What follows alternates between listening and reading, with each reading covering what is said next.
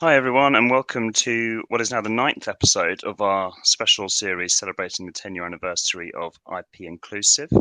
Jodie Bates is with me again. Hi, Jodie. Hi, Max. Hi. And today we're going to be talking about the IP&ME committee. That stands for IP and Minority Ethnic, and it works to support and represent IP attorneys from minority ethnic backgrounds. But our guest, I'm sure, can tell us more. We are joined by Lianne Da-Cunha, who is co-lead of IP&ME and is a patent attorney at Foresters. Hi, Lianne. Hi, Max. Hi. And before we pressed record, we were talking a little bit about the background of IP&ME, and I gather it's one of the newer committees of IP Inclusive. And what can you tell us about it? What's it all about? Yeah, so I think it's gone through a few iterations since it Ah, first started. I joined as a co-lead with Beatrice Malakat beginning of last year, and it's a group for ethnic minority um, people from ethnic minority backgrounds and their allies, and it's just to celebrate and support them and increase awareness of maybe the different needs that they might have, or provide a platform where people can, we can shine a spotlight on people from ethnic minorities. hmm. And what do you see, I suppose, at the moment as the biggest challenge or opportunity for shining a spotlight on those in the IP profession who are from different backgrounds? How can we improve visibility? I think it's about being more mindful. I think even when you're organizing events, maybe at work, social events, I think that's always something that you don't might not consider, like just going down for a drink after work. That's very classic British culture, but that might Right. not Yeah. be for everyone. That's not necessarily normal, and that can be a bit Mm, of an intimidating environment. Not everyone drinks, yet that's the place where connections may be made more informally, and it can lead to getting to know more senior level people mm, better. So being more mindful of things like that and organizing events where people feel more included. And I think also maybe like being more curious. So I think people do want to talk about their background often, and they're like, mm, so I think just not being afraid to ask those questions is, do it in the right way where you're curious. And I know Diwali came recently and people are asking, what actually is it? What does it mean? mm. And so Yeah, just yeah. increasing awareness in those small ways can make a big difference. And it helps people, I think, bring more of themselves to work. They don't feel that they have to like mute this side of them. I think it's Yeah. important to have this very diverse like workplace. Do you think people are maybe, and Jodie, I mean, maybe you can speak to it as well based on your interactions with people, but do you think there's a kind of, not a fear exactly, but like a sort of, I suppose, reticence to ask questions in case you offend someone, or in case you ask the wrong thing? I don't know, what are you quite confident with asking questions of people and showing an I, interest, or yeah? I am. Mm, I always double check with the person first to say, mm, look, I might have questions purely because I don't understand, and mm, I'm not made aware where I've grown up, the schools I've gone to.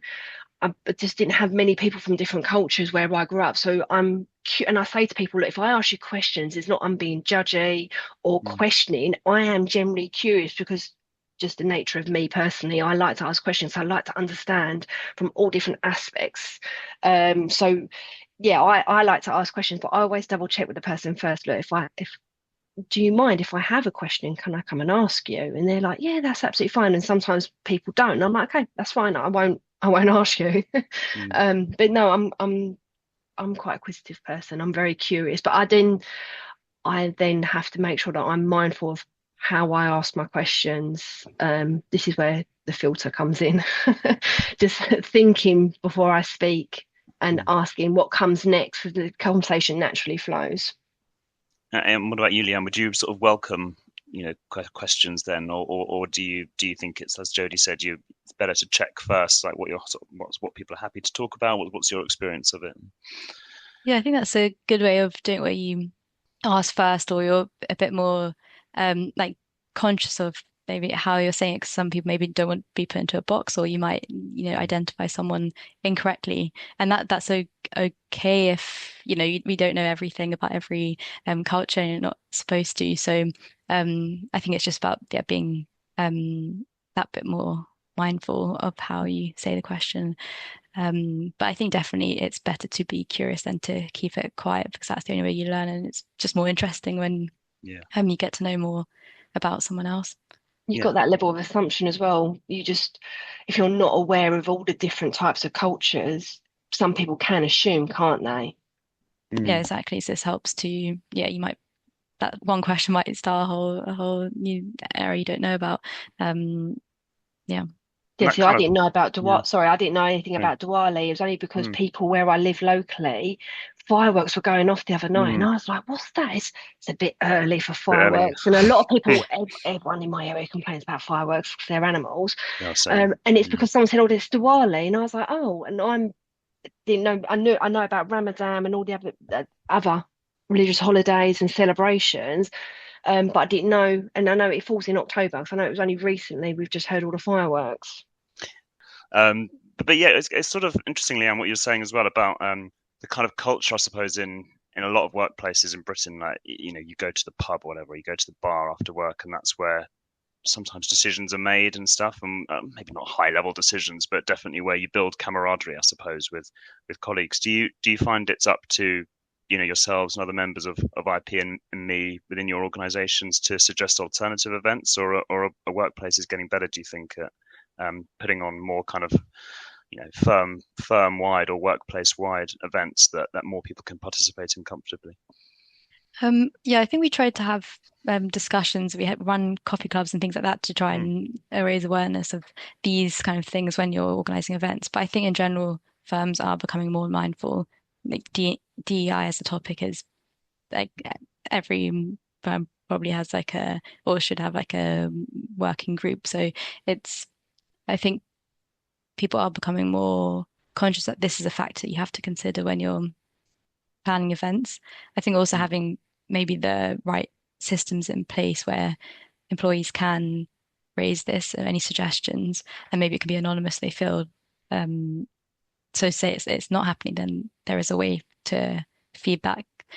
I think that's important, and that's how mm, it can improve, because it can be something that you can very easily just, it can be let's go down for a drink today. It's not like an official, or mm, you're not organizing it like far in advance. So I think it's just over time, as maybe people given suggestions, and something that can be improved.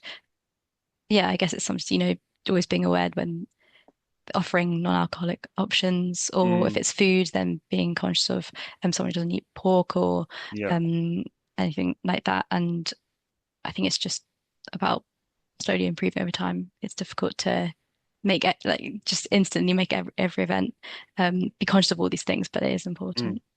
What things can like firms do, in the sense that we have a big Christmas and summer party and there is alcohol? There is food. I have dietary requirements. I'm just a fussy eater. I don't eat cheese. So we always put something out on the post to say, look, if please let us know if you're attending and if you have any dietary requirements. There are non-alcoholic options, as well as like soft drinks, non-alcoholic beers and ciders and wine and so on, as well as alcohol. What else could firms do other than suggestions? What other kind of things could they do to add on to the event to make it more inclusive if people are feeling that are excluded? Or is it literally having a separate event? What have you personally experienced that's what gone down quite well? I think it's about making it cohesive, so everyone feels like they are, part of the same event. I think a lot of it is language as well. So maybe, saying what would you like to drink, rather than, giving instantly giving someone a glass of wine or something like that, and not questioning it. Like it should be seen as normal as drinking alcohol. So I think just being more conscious of that, and everyone might not be the same as you, or see a social event in the same way as you. Um, I think that's probably, mindful of language and just not having that instant assumption.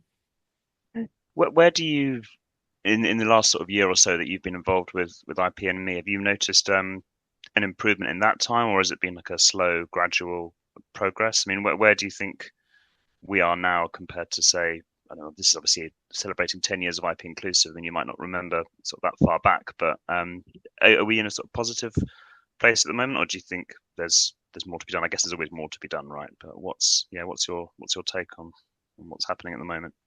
Yeah, I think it's definitely getting better and the community is Mm, growing. I think it definitely is um people do want to meet up and build those connections and you do feel supported or seen if you see someone on a panel or something who you feel like you can relate to more, mm, maybe they're from um the same background as you or whatever it is, it does make a difference. And I think you can see that on panels and events mm, organizers have become more conscious of like having good representation. Um, and I think we last year we had our first in-person event, or at least like us as the co-leads, and it was a book club for South Asian Heritage Month, and we had quite it was a good turnout in London. It was more difficult in to do like a regional event. We tried to do one in Birmingham as well, the one in London, it had good feedback, and I think people really enjoyed just connecting and mm. getting to know other people from different firms because you can very easily just, go to work, just meet people at your firm and go home. Yeah. So it's nice to be able to branch out more. And it was at the same time actually as the far right riots were happening in London, and the book Yeah. we were reading actually was very closely mirroring what was happening. Mm, So that came at a very relevant time, and I think that gave us the fuel to start doing more, yeah. to try and do more in-person events or more discussions for people to meet, because I think that's definitely people seem to enjoy that. Yeah. Definitely. You made a point about visibility as well. Do you think it should be incumbent on, I suppose, conference organizers for one, but also kind of publications like our own, like Managing IP, to quote and promote professionals and practitioners from minority ethnic background? Because I'm always conscious when I go to events that more often than not, it's a panel is often full of maybe there's probably like quite a good women representation these days, but in terms of minority ethnic representation, like really quite rare to sort of see that I find, and it's usually like sort of white men on a panel. Yeah, what's your take on sort of visibility and how that helps improve, the mindset, I suppose, as well of IP&ME members? Yeah, I think it definitely does help, and even if it's Mm, subconsciously, you do mm, notice these things, and you might leave an event if you've seen someone who you can relate to more. You do feel maybe a bit more inspired. So I think it is definitely important. We had started, and it's still in progress, but a like a database where people can sign up, IP professionals can sign up to be on it and say that they're happy to speak at events, and it was supposed to be like a middleman mm. where organizers can come and see, but we're hosting an event, we want to have a diverse panel and pick people from there. So it's still in work in progress, but it seems to be interest for it. It's like you say, there's sometimes it's just about those connections, people not having the right connections. Yeah. Um, and we hold like lunch and learns as a community, so we would ask people, it's very flexible. They can come on Mm, and talk about whatever they want, maybe their background and any experiences they've had in their career, and it just shines a spotlight mm, on that person. And we found that that's a good way for people who are attending to be able to learn from other people's experiences, but also for the speaker to be able to just like have a moment um, to just share their background. And we found that also a good way just to um, yeah, spread awareness and just create more role models. I think people have connected through that. That sounds fascinating. What kind of topics, if you don't mind me asking, have you had come up during the lunch and learns? So the most recent one we had SEPA president Bobby Mukherjee come on, mm, and he was talking. He mainly talked about the new apprenticeship scheme that he's like that's in the works at the moment. I'm not sure how much you know about it, but I think it's for the last year and a half or 2 years he's been planning it, and it's to try and find that talent that might be slipping through the nets. People who are mm, not going to university either because they don't want to or can't afford it. It's just not like typical. but like no one in their family has gone before, so they just don't consider it. And to become a patent attorney, for example, you do need to have a STEM degree. So he's seeing how that can be changed so you can go straight from school and join this apprenticeship and basically train and start your career like that. I think it's also been considered for paralegals as well and Mm. other roles. So he was just talking about that and asking for feedback. So it was a quite a good platform for him to, share this idea and hear from people and then for others to learn about it as well. So I think that can be a big problem in the profession, often because you do need that STEM Mm. degree for at least for the patent attorney role, that's already an immediate barrier to entry. Is Yeah, there quite a low take up of STEM in general amongst people from minority ethnic backgrounds? Would you say, or is in at university level and Yeah, I think I mm, don't have stats for it to back yeah, it up, but I do feel, yeah, it's more people who are from ethnic minority backgrounds who might not be in a position where they can mm, afford, or yeah, it's just oh not sure, yeah, considered it's the cost to of go living, yeah, to university.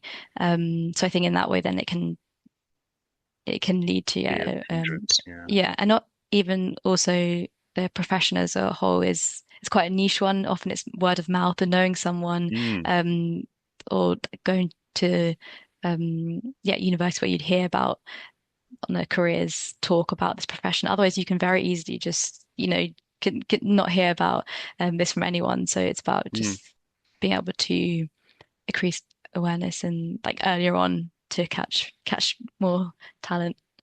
Just on a sort of slightly different, well, same topic, but on the subject of diversity and within firms and organisations supporting, DEI, a lot of firms have or have had DEI initiatives, and obviously not so much now, but definitely at the start of the year there was a big kind of furore and conversation around DEI, particularly in America. I was just wondering, like, what that kind of rhetoric and what that kind of conversation, how does that make sort of you feel when you see like DEI being under attack and saying that it's not merit based, it's only for like tick box exercise or whatever, and firms shouldn't do it? And because obviously there's been so many positive examples of where DEI has worked for firms, and everyone in IP Inclusive knows the good that it can do. But I just wonder what's your take when you see sort of a national conversation around it being not a good thing and something that people should row back on.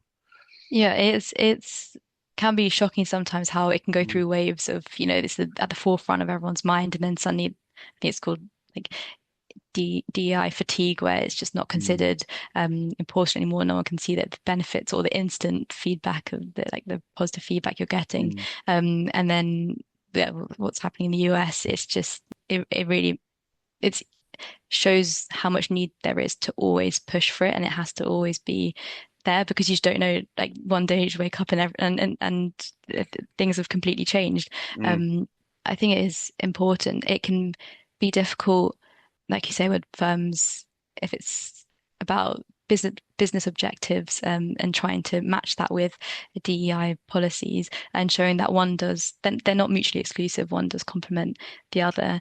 It shouldn't be seen as, don't spend as much time on DEI and just focus on your work. It's like building the right culture and making it inclusive can increase retention and recruitment. mm, People might be more productive. I know they have a better support group. So it's about realizing that, and that comes through having these working groups in each firm. And you want people from more senior levels, more junior people, like a whole range, so you can be able to feed this up to the more senior partnership. So I think it is very important. mm. Do you find that there's been largely, even in the face of the kind of the national conversation, not national, but the US stuff and the debate around it, do you find that internally, like your not specifically your place of work, but that in general the conversation internally has still been largely positive, even if publicly they may not be able to say we want to achieve 50% DEI appointments in the next year or whatever? Yeah, I think it is still positive. I think it does make a difference. So when you can like explicitly say these are our aims and we are trying Mm, to improve it, I think it just keeps you accountable. Rather than it just happening slowly in the background, things can quite easily just die down. So I think, yeah, more can be done, and just firms like pushing and being more, being held accountable. You know, you can sign up for the IP Inclusive Charter, and there's different ways, and it's about being consistent. Um, Yeah, yeah, no, it's interesting because yeah, obviously it was like I said, it was something that was became a big thing a few months ago, and I think luckily a lot of firms I think internally were still sticking with their aims and their goals, even if publicly they couldn't necessarily say so. But I think it's as you say, I think public pronouncements are also a good thing because you can be held, as you say, held accountable to it. What are some of the things that are coming up for IP&Me? What are you sort of working on right now? I mean, you mentioned that internal thing that's coming up where people can say that they're happy to be approached for speaking on conferences and panels and stuff. What else is going on at the moment as well? so we also want to do more in-person events. I think now there are, Andrea mentioned in the first episode, I think that Mm, the new theme is going to be community for the next 2 years. So really trying to build on that. We recently, just last week or 2 weeks ago, we had a visit to the Tate Modern to see an exhibition on Nigerian modernism. And we did it on the weekend because the Tate closed at 6. So we weren't sure how mm, many people would come, but we had like about 10 people join us, and it was great. So I think having more informal events like that, and almost mm, building up a community, maybe on WhatsApp or something, where people can just be like, "I'm going to this. Would anyone like to join?" yeah. So it doesn't have to be this big event where we need to get sponsorship or anything. It can just be it's just making those informal connections. So it's definitely something we want to keep looking at. So seeing what Mm, exhibitions or other things are out there. And we've also been now and then just writing some articles. Our committee have been doing that. So we had one on Juneteenth back in June, and mm, one just recently on hair code and dress code in the mm, workplace, and what it means to be professional, look professional. So just picking topics, and we're trying to raise awareness, and then we have coffee clubs where we just discuss it and interesting. Yeah. hear what people think. Okay. Yeah. No, that all sounds really interesting. Um, yeah. Sort of talking about kind of, I suppose, the professional dress codes and stuff. Like, is that still a thing? Do you think? Do firms still expect people to be, adhering to the kind of traditional office attire, or are places of work a lot more kind of, open to things now? I mean, I largely work from home, so it's not something I hugely experience. My place of work is quite chilled anyway, so it's not like as formal as a sort of law firm setting, I suppose. But and maybe on client visits and that sort of thing. I don't know. What's your take on it?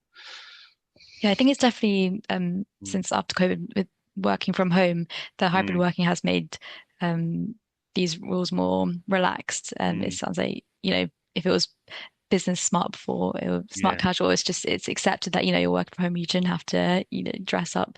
So that, I think that does help to for people to almost express themselves, like, yeah, and show their identity more. So I think in that mm, way, it's been a positive. I do think if it's like related to, yeah, I know people who have said, they're conscious about their hair not looking yeah, um professional, um and that might not be something that's explicitly written in any mm, policies, but it's just like an internal, you feel like you have to almost self-correct. You don't um think certain hairstyle might look professional. So I think there are still these like unconscious biases that are yeah, still there, and people might see others and just naturally think that's not professional, just because it's always that's just yeah, you just have yeah, these hidden biases. So I think more can be done to yeah. That sort of, redefine what it means. yeah, that came up on our. I think it was the second episode, one of the early ones we recorded on unconscious bias about how you make automatic assumptions about people without even realizing it based on all sorts of things like appearance. And I think hair, could be one of them. And obviously correct me if I'm being very clumsy here in what I say, but I assume some people would probably feel like they have to spend hours on their hair every morning, like straightening their hair every morning or whatever, to create a more professional, I'm doing quote marks in the air for because you can't see me, but appearance, whereas the reality is that people shouldn't be having those unconscious biases, and hopefully are not. And it's the more we can sort of encourage people to be themselves a bit more, the better situation we'll have. Yeah, exactly. I think it's about just challenging those when it does arise, it naturally does, because we all have these unconscious biases, but it's just Mm. about challenging and building a conversation around it. It doesn't have to be, attack someone to but building a conversation, it can that's how you slowly educate yourself. Yeah, yeah, excellent.